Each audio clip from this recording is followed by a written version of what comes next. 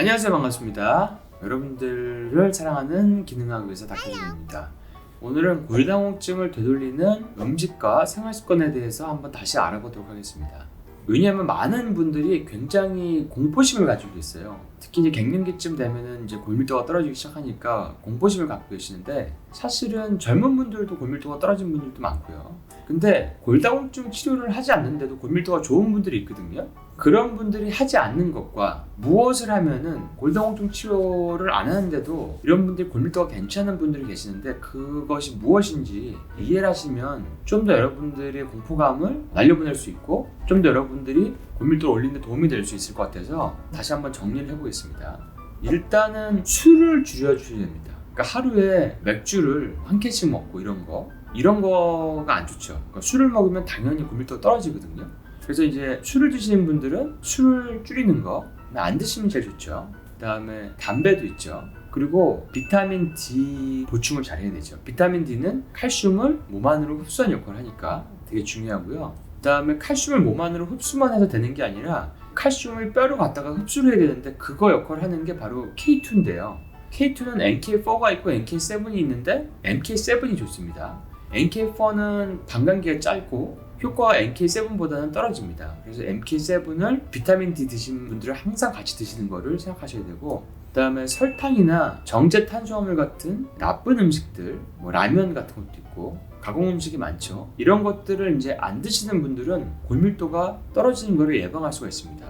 그리고 활동이 너무 적은 분들, 몸을 움직이지 않는 분들이 골밀도가 많이 떨어져 있어요. 물론 또 체중이 너무 안 나가는 분들도 골밀도가 떨어져 있습니다. 다 그런 건 아니지만, 왜냐면 체중이 어느 정도 나가면은 체중을 지탱하기 위해서 근육들이 생기기 때문에 골밀도가 좀 어느 정도 유지가 되는데, 너무 마른 분들은 골밀도가 떨어지는 경우가 많습니다. 그리고 콜라 같은 탄산음료 이런 것도 골밀도를 떨어뜨리는 거죠. 그리고 검진 같은 걸 해서 위에 미란성 위염, 경도의 위염 같은 게 있다고 해서 약을 받아오셔서 그렇게 속이 막 아프지도 않은데 위산 억제제를 계속 드시는 분도 있어요. 그러니까 H2 블로커나 PPI 같은 위산 억제제를 계속 드시는 분들이 골밀도가 떨어지는 경우가 많습니다. 그러니까 내가 먹는 약 중에서 그런 약이 있는지를 한번 확인해 보시는 게 되게 중요합니다. 이 뼈는 한 반 정도는 미네랄로 되어 있고 반 정도는 콜라겐으로 되어 있습니다. 그래서 이런 미네랄과 콜라겐의 섭취가 다 중요한데요. 특히 아까 얘기했던 위산을 억제하는 그런 약들은 뼈에 중요한 미네랄들인 칼슘, 인, 붕소, 아연, 마그네슘, 이런 미네랄들의 흡수를 방해하게 되죠. 그리고 이런 미네랄들이 내가 부족하다고 하는 분들은 이런 것들을 흡수가 잘 되는 형태로 드시는 게 도움이 됩니다. 그 다음에 호르몬이 낮으면 골밀도가 빨리 떨어집니다. 호르몬이라고 하면은 다들 성호르몬을 생각하실 텐데, 성호르몬도 있지만 중요한 거는 성장 호르몬도 있습니다. 성장 호르몬은 꼭 성장하는 아이들에게만 있는 건 아니거든요.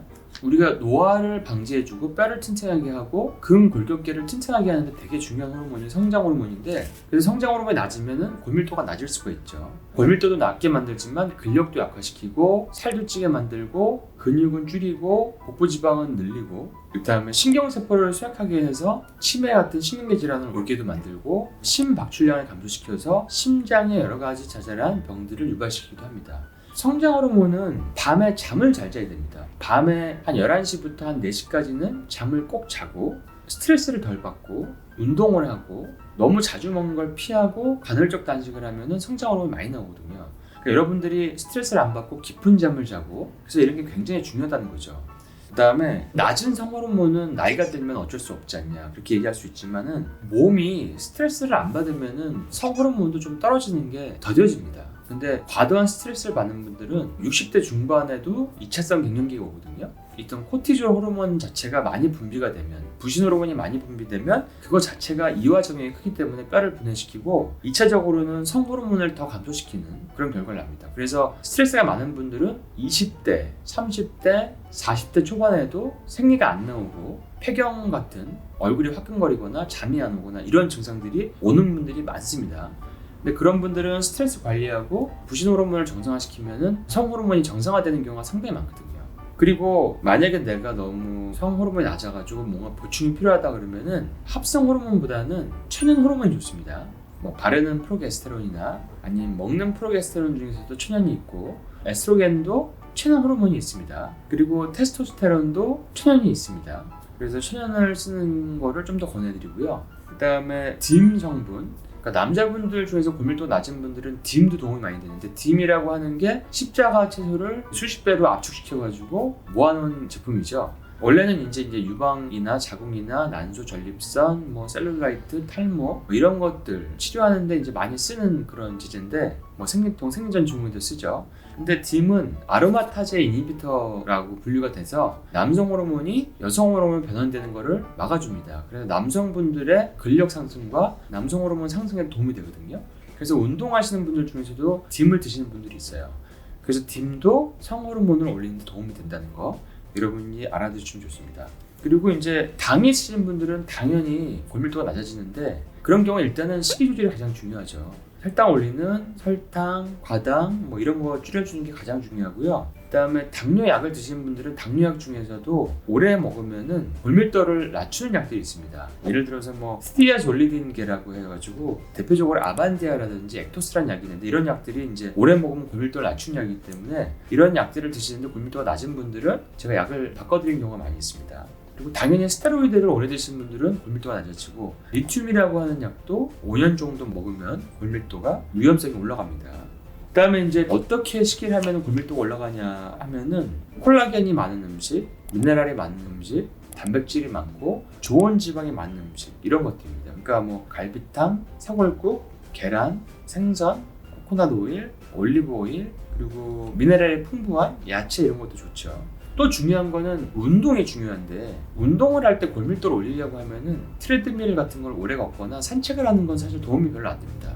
짧게 하더라도 무게를 들어주는 운동, 아니면 저항성 운동, 짧은 거리를 아주 빠르게 걷거나 조깅을 한다거나 이런 운동이 도움이 됩니다.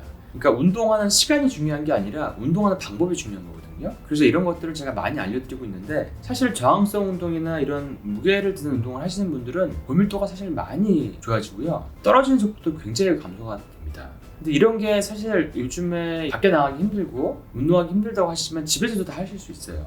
누워서 다리를 올린다든지, 스쿼트를 한다든지, 플랭크를 한다든지, 이런 저항성 운동들, 이런 것도 도움이 되고, 아니면 가벼운 아령이나 엽기 같은 걸 사서 척추에 무게를 주는 운동을 해야지 척추가 좋아지기 때문에, 이런 거는 사실은 마음만 있으면 다 할 수 있는 거기 때문에요. 여러분들이 영양제도 필요하지만 영양제에 의존하기보다는 이런 생활 습관을 먼저 바꾸시는 것이 굉장히 중요합니다.